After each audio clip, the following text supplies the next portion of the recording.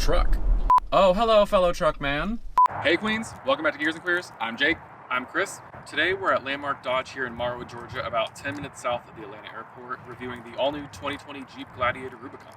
Today we're going to show you guys around this long-awaited Jeep pickup and tell you if it really was worth the wait.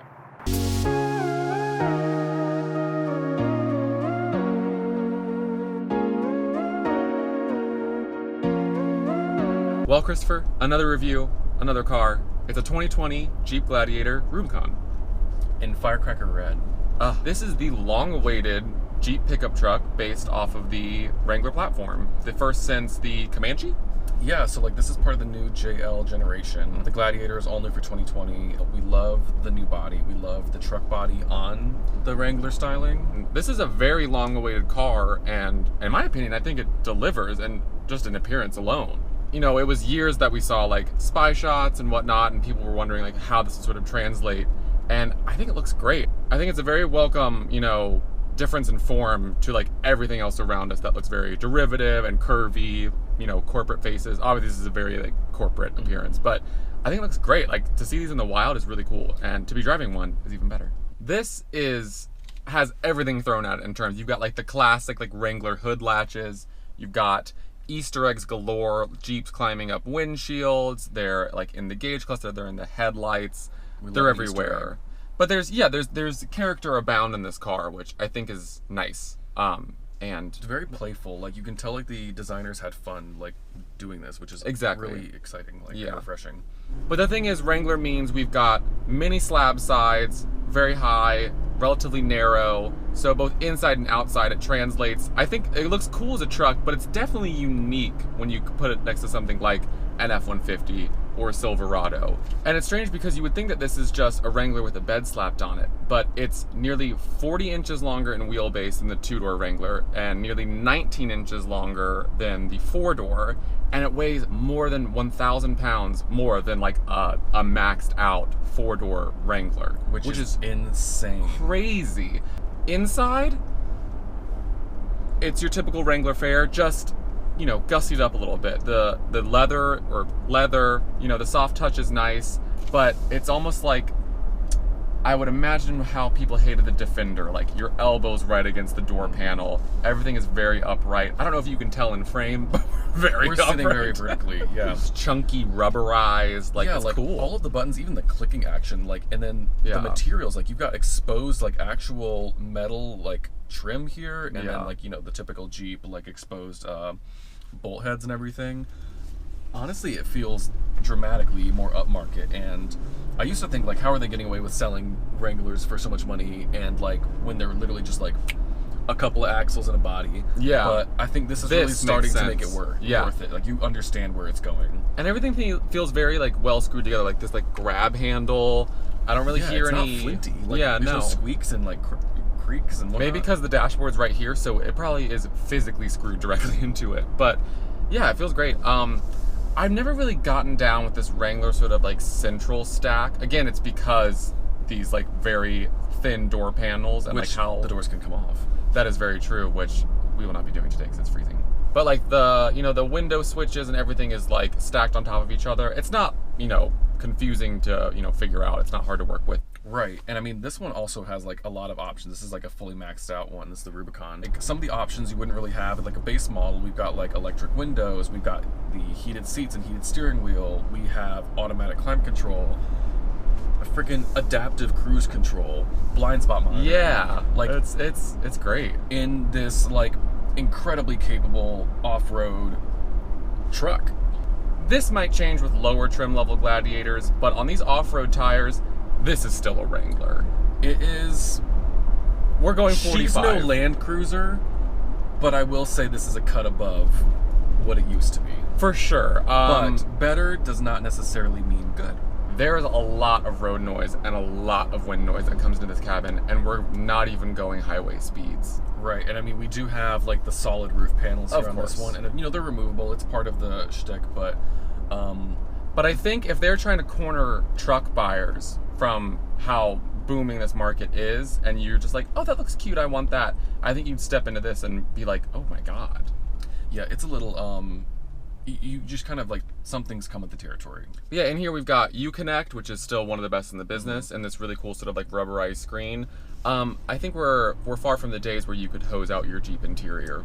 We do have these nice, like, this is an option on this thing, the nice auxiliary buttons, and you got like a nice 240 amp alternator under the hood to power like all these like aftermarket things that you will put on this car because you can't resist. Exactly. The aftermarket and the community around Wranglers is fierce, but it's really cool that they've catered to that and put the auxiliary buttons that are programmable to what, roof lights, bumper lights, like what have you, whatever you can wire up that'll obviously run off the power you can.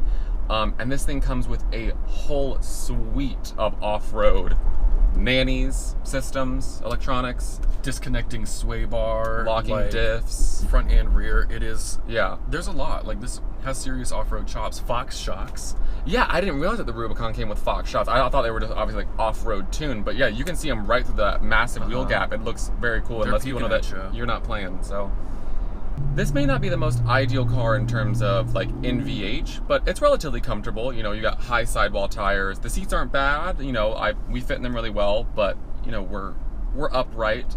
So I'm interested to see how this would lend itself to a road tripper. Can we sit behind ourselves? Wow, here we are. In the backseat of the Gladiator. Just like magic. Kind of what I expected.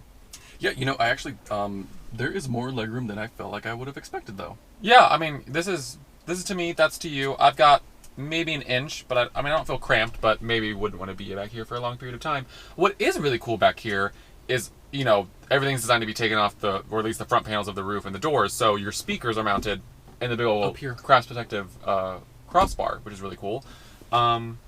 We've got our window switches here in the center console. We've got USB Type-C and Type-A, a 115-volt outlet. Yes, ma'am. That's surprising. Air vents, cup holders. Yeah, it's cool kind of see, like, you don't realize how much stuff can be, mounted back in a car until it's all mounted, like, right in front of you. Yeah. Very cool. Some nice nets, this, like, little utility netting type I don't know why I'm so modules. obsessed with the pass-through. Oh, yes, ma'am. I don't know why. Just love it. You yell at your kids, yell at your dog. Get down. Drive-through role play. You better get down. All right. Going to get. We have a nice, wow, cup holders. Hello. Totally love to see it. Cool. Nice iced coffee. Maybe. You can sit there. Yeah, I mean, it's a pretty upright position, but I admire the fact that they aren't exactly just flat seats. Like, there is a semblance of bolstering. Yeah. And there is a middle seat, and the drive shaft tunnel isn't that big, so pop off. Not mad about it. I gotta bring this up because I'm dying laughing at it. That tiny glove box between your legs. Oh my god. What do you put in there? I don't know, like, the owner's manual takes up almost the entire space. A book, 2 phones, maybe? It locks, but what are you gonna be able to put in there? Exactly.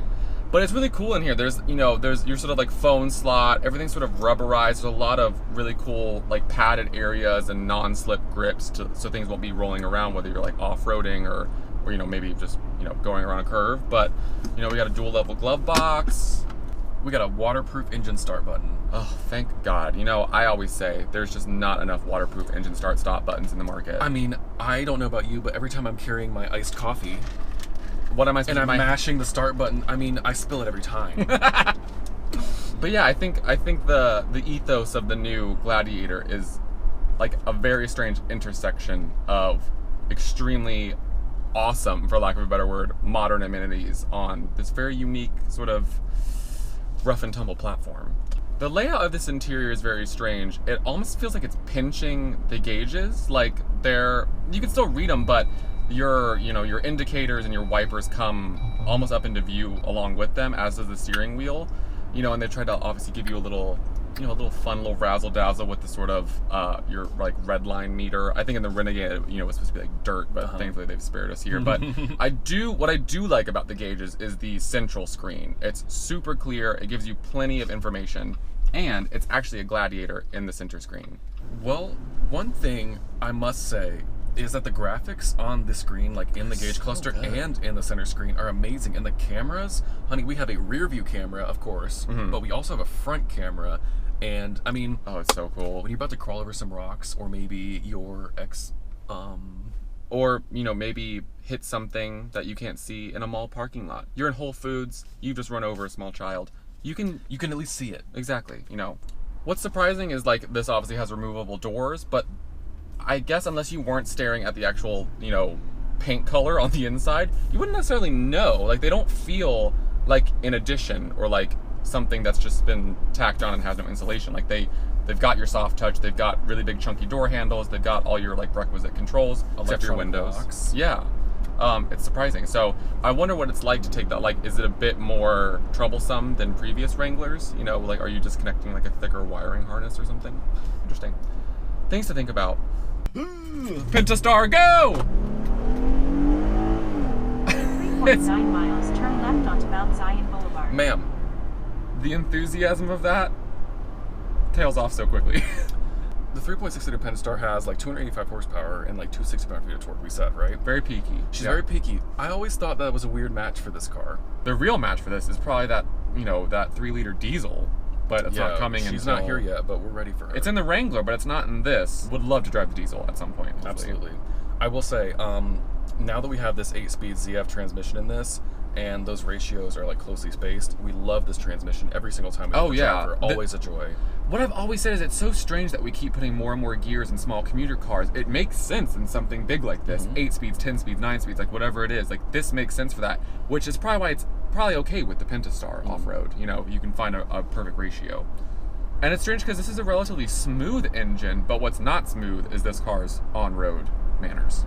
Yeah, so I think we mentioned earlier the wheelbase in the Gladiator is dramatically longer than even the 2- and 4-door Wranglers. Typical body on frame, it just feels like there's a lot of secondary movements in the suspension, which there is. I mean, there's body bushings. The thing isn't, it's not a unibody. Exactly, so there is more movement. There's more flexing. Tell me if I'm correct in this. It almost just feels like you're constantly having to like wrestle the thing just to keep it going straight. It does have a lot more involvement that it asks of you. Yeah. Than like, I don't know, a Grand Cherokee. Exactly, for sure. Which is, the difference in buyers. Absolutely. Right. Per usual, we've got stop start. Thank God. Like, why? Saving that teaspoon of fual at every stop. I realize it's government mandated stuff. Like, stop yelling at me. But it's wild to me. The steering, I will say, I was expecting less feel. That being said, like we mentioned, it is like you point it and it's gonna go somewhere, sure, but there's gonna be like a 1-2 count, kind of like the reactions are not immediate, and you feel the tail end is not like quite acting at the same time as the front end.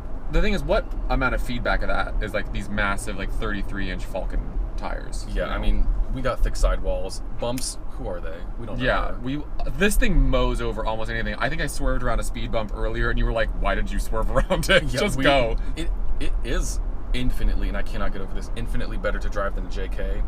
Though, if you are comparing it to like a lot of SUVs and trucks, of course there's going to be something to be desired. But that's Nissan, what it is. Nissan Rogue shoppers, Gladiator shoppers. I don't think that demographic is cross shopping. The thing is, though, as we were taking pictures earlier and doing B-roll, this thing looks so cool. It looks amazing, and you really can tell like where the work went in. Yeah. To put a truck bed on this thing. The thing is, though, like, do you think this is enough truck for the average truck buyer? I think so. I think so. I mean, properly equipped, this thing can tow like almost 8,000 pounds. Yeah. This is an incredibly capable vehicle.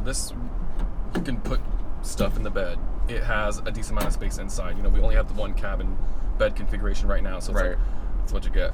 But I think more are coming. Well, and that's the thing is, this truck segment is exploding, and there's just, you see people buying these F-150s and even like 2500 Sierras who tow and carry nothing. I'm not trying to come at people who actually use their trucks. Go off. Like, that's great that you have so many options these days.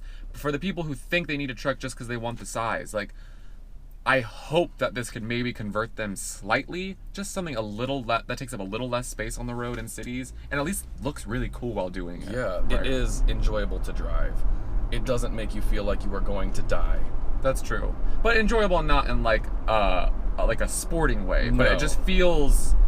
It's a difference from your typical modern driving experience. You're not so isolated from everything. There is something commendable about what's going on here in this car, is like catering to the old ways, and whether that's like through a kitschy little Easter egg graphic, or just chunkier controls, rubberized, like things that can be washed off, cleaned off easily, and also filling it with modern conveniences and amenities. And I think,